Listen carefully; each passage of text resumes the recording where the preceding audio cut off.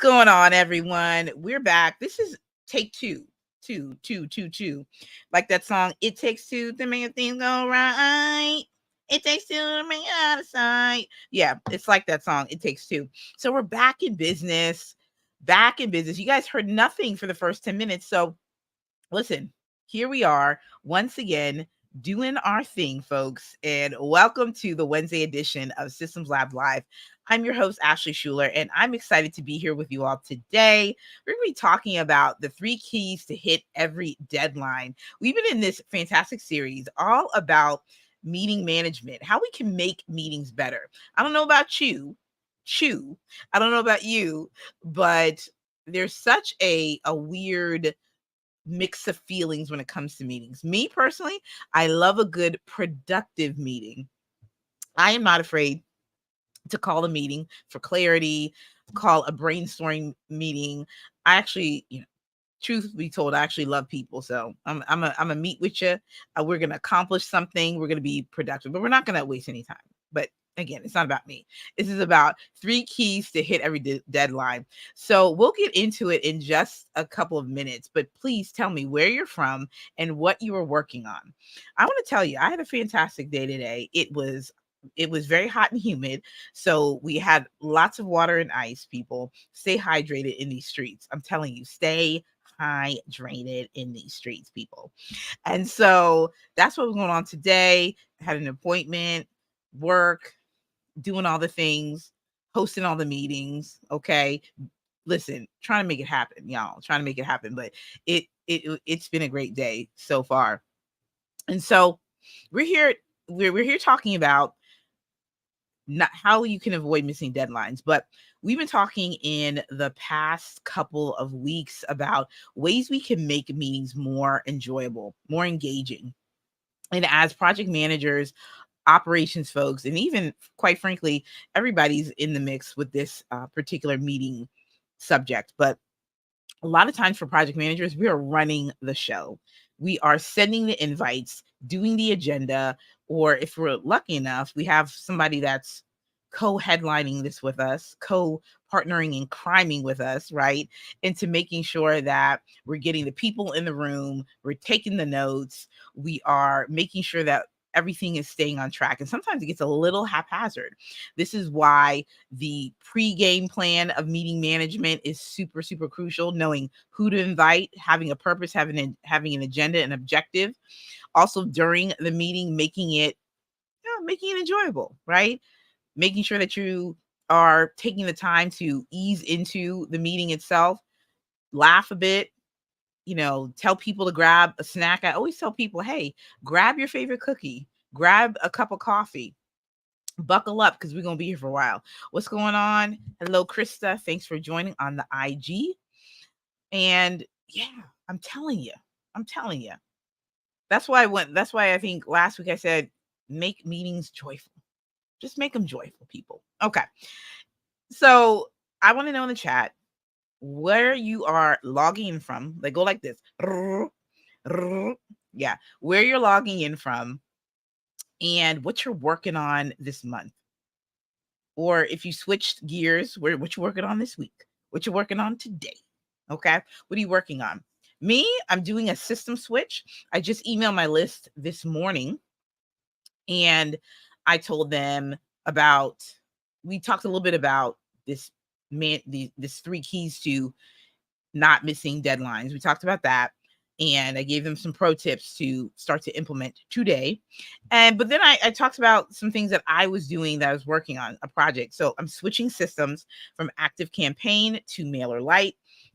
I'm looking to wrap that up. Hopefully, maybe this weekend. We're going to make it a goal to do that. And I really love this whole system switch because now I get to flex my particular muscles, so to speak, and diving into a brand new program. And MailerLite is pretty easy. So shout out to Auntie Rick. So I've met her through the interwebs of the Instagram and the other places and spaces. So she's awesome. She has a great brain. She is she's an ops head, like an ops expert. Like she's old school. So she knows all the no's, right? And so she put me onto MailerLite. And then I know an email marketing strategist who uses it. And so anyway, MailerLite is themom.com. Okay, themom.com. So that's what's going on there for that one project. And then secondly, new podcast episode is out, Conversations with Ask Ash. This episode with Bree Carroll, Create Meaningful Experiences, is phenomenal. She's a military spouse. She's also was a civil engineer. So we go through her journey of how she went from being a civil engineer to an event planner, and how she's built this award-winning agency. And I love it. She's also a woman at faith. So we talk about that. We talk about how she first started doing events. And she has this really cool quote. It was called "Go Beyond the Pretty," which I love that, because there's this la-ness of going to an event and making things pretty, or looking at things and making them pretty. And so she's like, no, step back, step into the process, get your hands dirty, because that's where the fascination is. That's where the marvel is. So she dropped a lot of gems. If you're on Instagram, you go to the link in bio, you'll see the podcast, go there, click it. It's the latest one. The other pod information is in the LinkedIn show notes and whatnot. So you guys can click on that. But yeah, let's get into today's topic. Because it's going to be a really good one. We're talking about ways that we can avoid missing deadlines. Now, let's be transparent and honest, folks, because I know I'm going to be. Listen, we've all missed deadlines. Sometimes listen, it's all a part of the process, especially since we are all juggling many different things, whether you are an entrepreneur, whether you are in a career, there's deadlines that will be missed. Okay. And sometimes yet you will also be pushing back deadlines as well. Been there. I've seen it very, very recently. So I'm in it with y'all in terms of how we all can avoid missing deadlines. But how does this relate to what we've been talking about when it comes to meetings? I'll tell you. We talked about the last couple of weeks, we've talked about pre-meeting management, during the meeting, and now we're going to be talking about post-meeting management and how we can avoid missing deadlines, especially when we have additional action items and things of that nature. What you'll want to do when it comes to the pre-meeting setup, just make sure that you have the key objectives, meaning the purpose, who's going to be in the room, virtual or in person. Just know what you're looking to accomplish, because people don't like, not having direction or anything. It's like super, super boring. Like, don't do that. And then just set people up for success. That's what you want. And make sure that, again, the right people that are in the room, because it makes the meeting itself, when you start to conduct the meeting, it makes it even more better. Now, when you get to the meeting, there's always a habit. I know I always used to do it. I welcome the people. I usually come in at least a minute or two early. I like to have some conversation. I like to have a laugh or two. I like to make sure that people are not on the fence, that people are not on guard. We want to laugh. We want to we want to bring some life into the situation, because 9 times out of 10, I'm going to be asking you to do something. Okay. And sometimes when it comes to the work that we have, we just don't want to do what we don't want to do. Okay. And that's just the circumstances. But in all seriousness, in all fairness, building community and camaraderie amongst your peers, so important. You don't have to know folks super, super duper well. Like, not everybody's going to be able to be your best friend, even at work, or even when you are a part of a team. Listen, it's just really all about getting to know people at the pace and space that they'll allow you to. But also just take mental notes. Someone's went on vacation, people got kids, folks have gotten sick, someone has a dog. What else? What people like to eat. That's always a good topic. It's clean, it's fair. You can always talk about, someone said that they don't like popcorn. Okay. And I almost logged off. Like, what do you mean you don't like popcorn? But that helps with, again, the camaraderie. So what happens during the meeting, which leads to what happens after. And then our topic here tonight, 3 keys to hit every deadline. During the meeting, there's a lot of discussion, there's a lot of debate, there's a lot of decisions that need to be made. That's the 3 Ds truly of why you really should have a meeting. You're going to discuss, you're going to debate, or you're going to decide. And so there's a lot of that that should be going on. So then the question then becomes, after all of the discussions and the debating, now it comes to towards the end of the meeting where people are getting ready to put their little pens down. Well, I'm gonna tell you right here, right now, I struggle to find a pen these days because I don't really write. I'm like 90% digital. Okay. So, but people are putting their virtual pens or physical pens down and they are ready to leave to go to their next thing. But oftentimes, what happens is that as people are leaving and logging off, I've been there too, my friends, where the question is, what actually just happened? What decisions were made?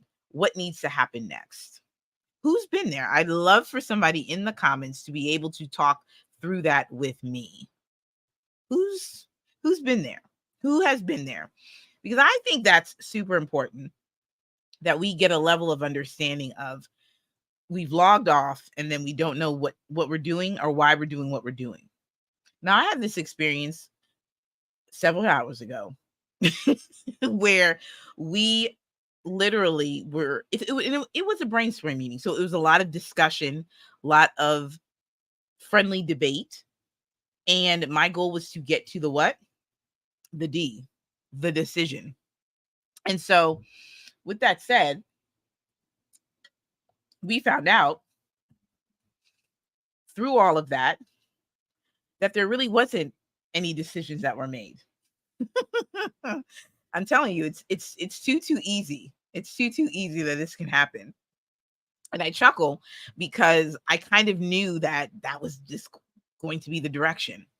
So I say I say all that to say is that it's really important that you do your very, very best to, if you're going to, when you're closing out the meeting, take the time to take the time to press pause and say, okay, if I'm hearing you correctly, I love that statement, by the way. If I'm hearing you correctly, this is what you're saying. Or if I'm hearing you correctly, the next steps are 1, 2, and 3. Now, I did that perfectly yesterday. I landed that plane sweetly, people. I landed that plane, right? I landed that plane. I mean, we went vroom. There's no bumpy turbulence on that one, folks. There's no bumpy turbulence. I landed that plane sweetly. And I was able to capture the key actions and confirm at the same time. So that was really good. So the person was like, yes, Ashley. Which translates to action item 1, 2, and 3. So being able to ask that question, and don't be afraid, people. And I'm not saying that all of you are afraid, but oftentimes because there's so many other factors in a meeting, there's distractions or side conversations or people who are bringing up questions. You may think to yourself, okay, is this the right time to ask a question? Or you may be thinking something differently, but ask the question. If I'm hearing you correctly, the decision is X. Come on. If I'm hearing you correctly, these are the next steps, and here is the deadline. Now, let me tell you something. Asking the question when it comes to the deadline is just going to scare people.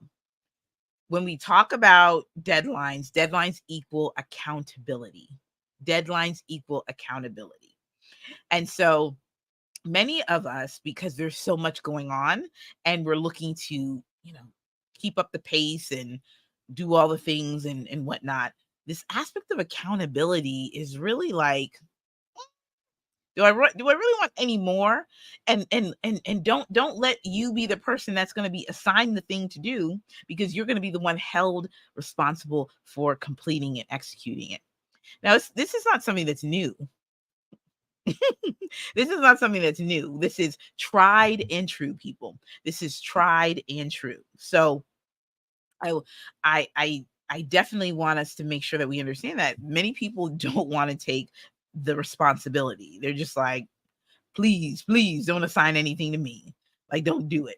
But, sometimes it's like, when you're a little kid and you're playing tag, you're just like, you're it. It's like, for some people, it's like, you're it. For some people, when they, like the baseball, um, what do we call them? The baseball hitters. I think that's what you call them. Players. I guess that's what you would call, but not everyone. That's a good question. Well, this is a definite sidebar. Does everyone that's on the baseball team does everybody swing when they get up to the plate? I don't know. But the people who are responsible stepping up to the plate because it's their position. Come on, sports fans. Y'all know y'all following me. Come on, sports fans. Because of that, you're it. You got to go and you got to swing. It's the same thing of when you're in meetings and you're at the end and you're trying to get the key details. You're looking to get the decisions, and you're looking to get the deadlines and who's assigned and what's the level of accountability. So that's what's going on here. What's going on? Derek the Seymour has joined. Oh man, good stuff. Hello, Derek. Hello. So y'all, 3 keys to hit every deadline. And we're going to do this in probably the next 12, 13 minutes. But it's going to be a lot of fun, people. It's going to be a lot of fun. I'm going to bring up my handy dandy notebook. Come on, Notability app. But I also want to know too, in the comments, how many of you all are, how many meetings have you guys had this week? How many meetings have y'all had this week? Okay. I'd like to know that. I typically have for a Monday. I know for mine, I've already had like 10 already. It's only Wednesday. It's only Wednesday. Okay. Let me get my new note out. And I'm going to write something, and then I'm going to share thy screen. And we are going to write down the 3 keys to hit every deadline. 3 keys to hit every deadline. Are you all taking notes? I hope that you are. But you guys can always go back and go to the replay, which is on the YouTube channel. Okay. And okay. We are going to share the screen. Oh, and also, did you all know that it costs $34 billion? $34 billion a year on unproductive meetings. I was wondering how you all felt about that. That's a lot. Anybody feel uncomfortable with that number? That's a lot. 5 already, virtual and in person. My goodness, Derek. And how many of them were you facilitating? Okay, because I know Mr. Seymour. I know you were facilitating. It's all par for the course, people. All right, great people. So 3 keys to hit every deadline. I want to preface this by saying that this is really about creating a system for follow-up. That is really the main point and the main takeaway, is creating a system for follow-up. That is really the main takeaway. That's how you are going to be able to hit every deadline. Okay. That's the first thing, people, is creating a system for follow-up. So what does that look like? Glad that you asked that question, because what that looks like is there's 3 particular elements, and this is what's going to really help you to hit every single deadline. I'm telling you, it's almost foolproof, but you know what I'm talking about. So 3 keys to hit every deadline. The system to do that is creating a follow-up system. What does that look like? Number 1, meeting notes. Creating really good meeting notes. I'm just writing this down, and I have a few other items that I want to be speaking from. let's see. Listen, Derek said, you know me. Exactly, Derek. Exactly. Derek said, you know, I was facilitating. Okay. With the Prezi, all the things, man. Thank you so much, Derek. Okay. Meeting notes. Sometimes people feel like they are annoying. Some people feel like they are necessary for everything that you do. What I suggest is that you always have documentation. I'm a big believer in documenting all the things all the time. Well, not all the time, in the necessary pieces of your work. Okay. Sometimes you just can't take a note for everything. Okay. And I'll be quite honest. I don't take notes on quite everything, but the majority of the things I take notes on. But that's what you want to do. You want to be able to take really, really good notes. Now, for those that are facilitating the meeting, you're probably thinking to yourself, or slash Ashley, how is it that I'm going to be able to facilitate and take notes? Well, thank goodness for technology. Thank goodness. Thank goodness for AI and its AI-ness that can help capture meeting summaries.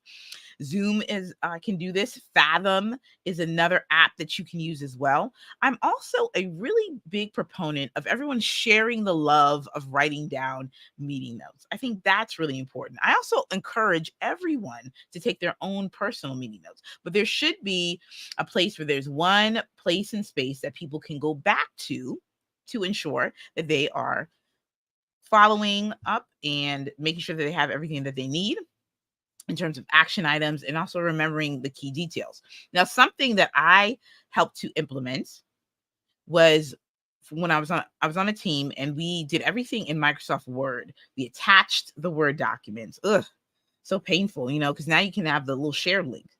Who's attaching things anymore? Ooh, I don't know. That's just me. I'm not big on attachments. Ooh, that's just not my thing. But I realize attachments are still a thing. But I was like, what if something happens to like my fingers? Like, what if my fingers just go someplace and I can't attach anything? You know what I'm saying? Like, what happens? What happens if I break my hand? And people are gonna be like, Ashley, where are the meeting notes? You know what I'm saying? It's like, let's not do that. So, as a part of this team, we would rotate who would facilitate the meeting. It was me and another guy. And so what I decided to do, I said, hey, we're attaching things and to the email, and we're sending it about, and we get 40 to 50 emails per day. We lose it, then we don't know what's going on the next week. So I said, let's set something up in Microsoft OneNote. I hope you guys are writing down like all these apps. I feel like this is app palooza, but that's what it is. Fathom is amazing. Yeah, it's it's a game changer for sure. But if you're in a Microsoft environment, OneNote is super amazing. I've used it for the past 6-7 years, so I really have mastered how to set OneNote up pretty well. But that's what we did. I created a shared notebook for the team, and I created a template. And each month we have a weekly meeting, copy and paste the template, and it's easy like butter because anyone can go in at any time to add agenda items and to have the detailed meeting notes. Why is that important for you to hit every deadline? I'm glad that you asked that question, because I know somebody out there is like, well, how are these meeting notes supposed to help me? I'm gonna tell you how they're gonna help you. I'm gonna tell you, because with each action item, and we'll get to that in a minute, there are going to be key details that you'll need to know in context to what somebody is supposed to be executing on. That's really why the notes are there, so that you can fulfill the context to what needs to be done. Who's with me on that? Context matters. We'll put that in the chat. We'll definitely put that in the chat. Context matters. Context matters for sure. Oh man, I love that. Context matters for meeting notes. I just thought that was, let me go. I'm on Instagram, y'all. I'm gonna pin my own comment. I'm gonna pin my own comment because I thought that was pretty sweet. So I'm just writing that right here. Is that context matters? As I put it up on Notability, context matters for action items. All right. And since we're speaking about action items, let's get to it. Action items, because I'm telling you, the question of who's going to do what always grips the heart of people. People start, their palms get sweaty, y'all. Their palms get super, super sweaty. And they're just like, listen, listen, listen. If I got one more thing on my plate, listen, I just can't even, I can't even deal. I just can't even deal. If I got one more ping that tells me what to do. So, action items. And let me tell you something. This is something I wrote down in my notes about that. Okay. So, action items. And these are things I believe they're obvious, but sometimes, we all sort of miss like the obvious plug sometimes. But let me tell you what's obvious about action items. They must be assigned, they must be actionable, must be doable. And I believe in rating the level of priority. I think I said a lot in that. So I'm going to break it down even more. Action items, they must be assigned. And somebody is saying, of course, Ashley, but did you know that? And I've seen it before because I've done it before. You can leave a meeting, there can be action items, but nobody's doing it. Nobody has been assigned to do the work. Now, this is what I love too. They must be actionable. And that's like a play on words because sometimes there's things that people want to do and you're just like, I don't know if that is an action, so to speak. Sometimes it is more of a bigger project than really a action item because action items are really small tasks, right? Some things can be turned into huge projects, sure, but typically your action items are supposed to be things that are actionable, something that is doable. That was my third one.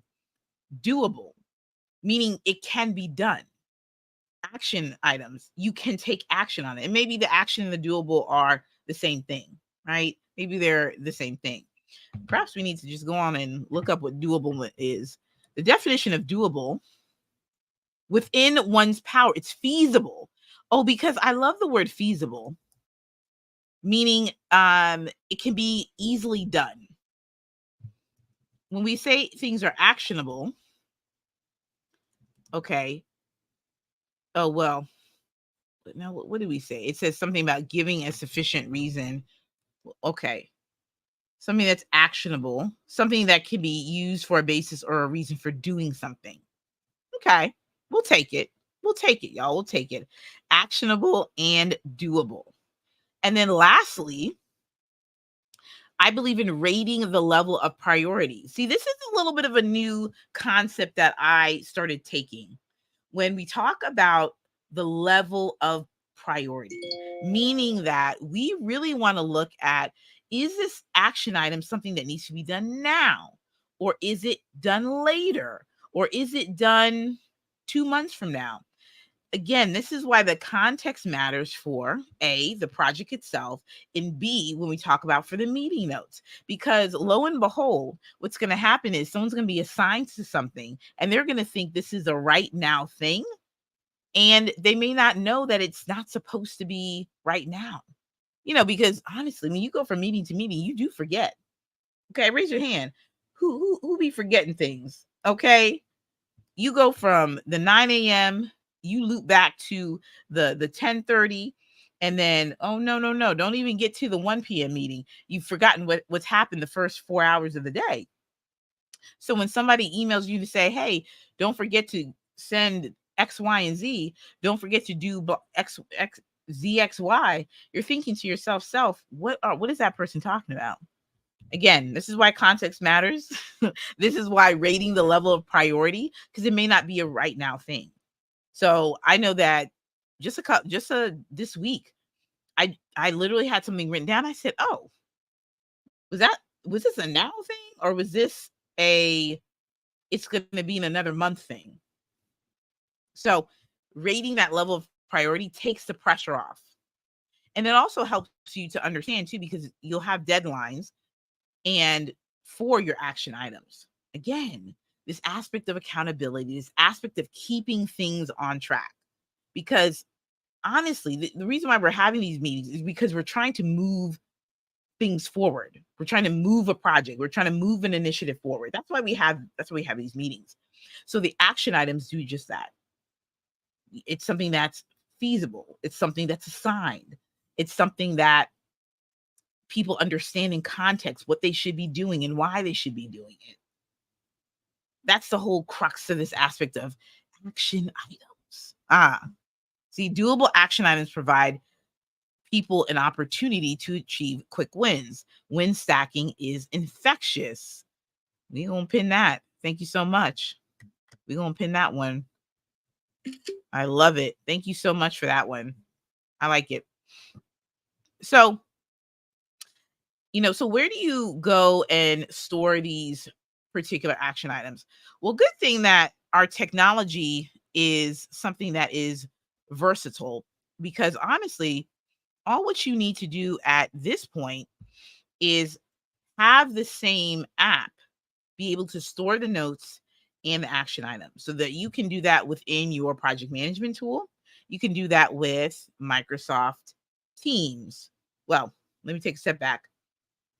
You can do it with MS Project, where if you have a project schedule, but if you want to add in the action items and keep that in a separate way, because you can do that, because Microsoft Project is really schedule based.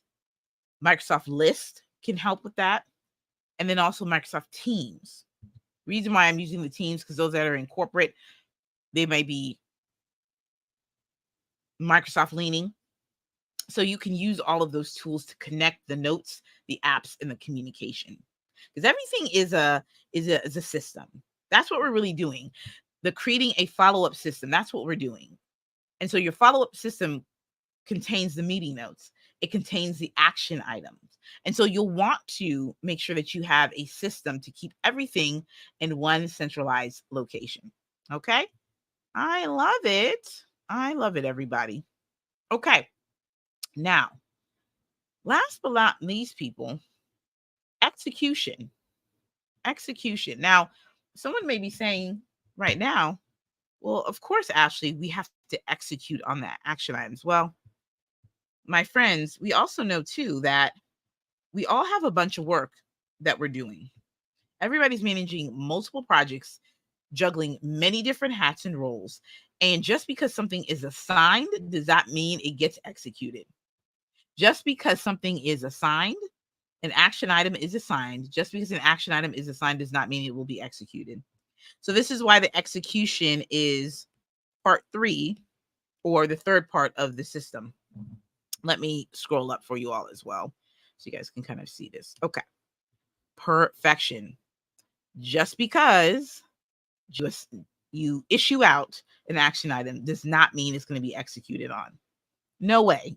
This is why a follow-up system is in place, because you have to have someone that is a driver, that's going to drive the work, that's going to ensure that the deadlines are going to be executed on, so that you don't have to miss it. That's it. So the execution piece is that person that's going to that's going to ensure, and you always got to have that one person. There's very few teams that are pretty self-sufficient that don't have to be reminded to do the work. I fortunately have been a part of that, where yes, I was tracking and I was leading and managing, but I didn't struggle to get people to do stuff. We thank the Lord for that. But I have been on the other side of things, where it's almost like if you gave somebody like a sandwich of $1 million, it's questionable if they would move on it. You know what I'm saying? It's just questionable. So execution, being able to ensure that the work is going to get done. You're going to have to motivate people. You're going to have to follow up. People may be annoyed. People may be annoyed by it. That's just how it is. But this is where the leadership component comes in, people, because hopefully what's been happening as you have been leading out this team is that you've been building a rapport. Remember, we just talked about in the meeting, learning and studying your team members. Perhaps you've been working with people. This is really good for people who are new to a team, just to get to know folks, and also to listen. As much as I love to talk, and gab, I'm also a good listener. So I listen and I observe, and doing that, just showing interest to people. You just don't know. It just opens up the world, building the trust with people. That's going to really help in propelling to get the work done. It's really going to do that. Now, I want to bring up something that I thought was really powerful. I just thought of this. We're going to go to my Miro app, because Juan Alvarado, who is my leadership coach, and oh, thank you so much for that. I appreciate it so much. Let me bring up my leadership thing. What's the leadership? Now, where did it go? I think is it personal development. I got to figure out okay, I think it's this one. I'm going to bring up something for y'all. I'll talk from it, because probably from the IG perspective, it's probably a little small.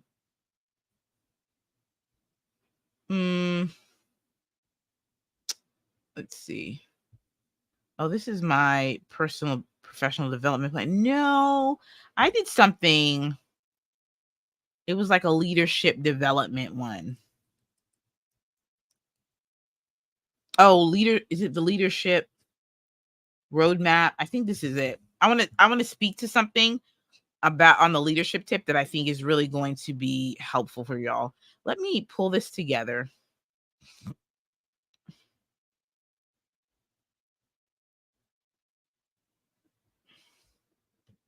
Let's see. Okay, no, that's not it either. Hold on, folks. This is gonna be good. Hold on. We're gonna find it. We're gonna find it. I just didn't. And human behavior roadmap. Okay, I have a lot of things that I name. So hold on, folks. We got it. Hold on, everybody. Okay, this is so good. So Juan Alvarado, leadership coach. Okay, so he said, this is what he said about results.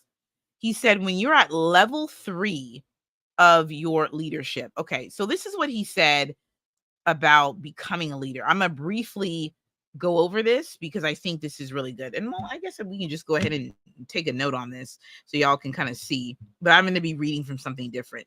We just going to have a quick leadership lesson right quick, because why not? We're going to have a little leadership lesson. So he talked about in his course, and I encourage anyone who knows Juan, and I'll probably tag him in this somehow.